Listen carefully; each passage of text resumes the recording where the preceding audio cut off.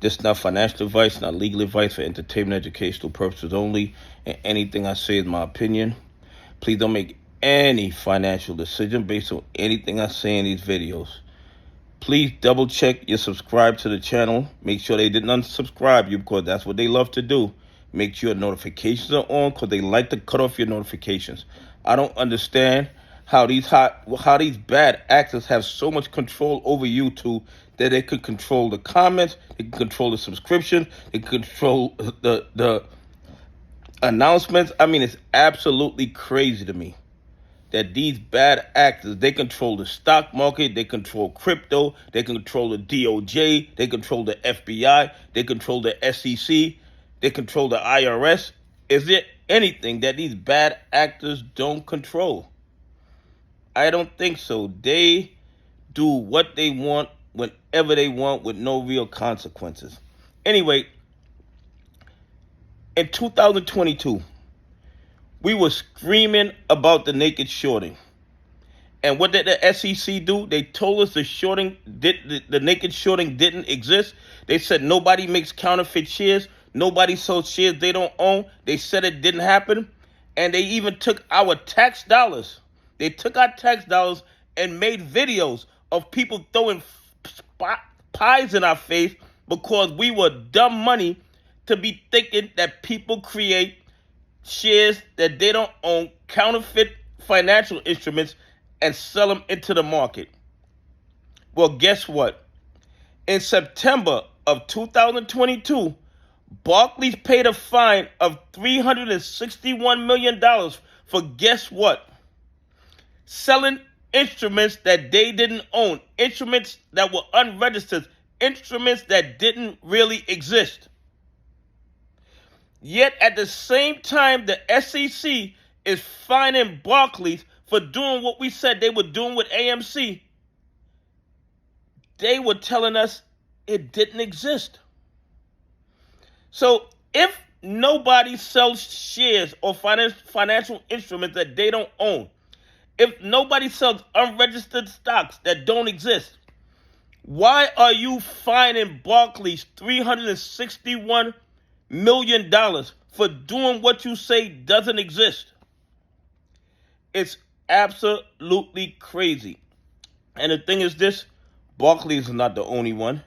There are multiple firms who have been fined by the SEC for naked shorting, for trading ahead of their clients, and all kind of other malfeasance that they tell us don't exist. They tell us it doesn't exist, but they're fining people for doing it. Make that make sense. If it doesn't exist, why are you fining people for doing it? The bottom line is this.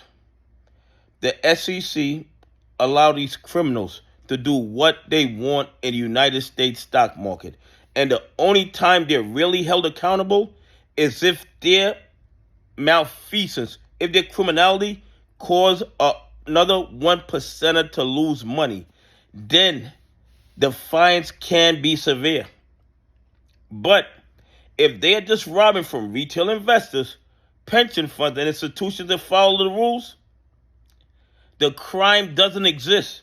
The crime of naked shorting, the crime of selling instruments you don't own, the crime of dog pool abuse, the crime of spoofing, those crimes only exist if your victims are 1%ers.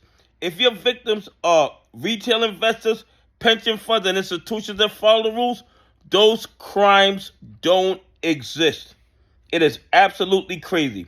Once in a while, maybe 4 or 5 years down the road, the SEC will take their cut of the profits these bad actors made, robbing and stealing from us. Okay, once in a while, they do take their cut because they don't work for free. The SEC wants their cut of the profits that these bad actors made, robbing and stealing from retail investors, pension funds, and institutions that follow the rules. The SEC knows what they're doing, the DOJ knows what they're doing, the FBI knows what they're doing, and they practice willful blindness to the obvious fraud and corruption in the United States stock market. I mean, it's absolutely crazy. what they get away with. But you know what's great about the internet? We are becoming smarter, and we're able to share everything we find with a bigger segment of society. And the whole entire planet is becoming aware that United States stock market is the most corrupt stock market on the entire planet. And that the SEC, the DOJ, and the FBI allows 1%ers to rob and steal from retail investors, pension funds, and institutions that follow the rules. And then they fine banks and institutions for crimes that they say don't exist. Anyway, have a great day. God bless. And I appreciate y'all on this journey with me.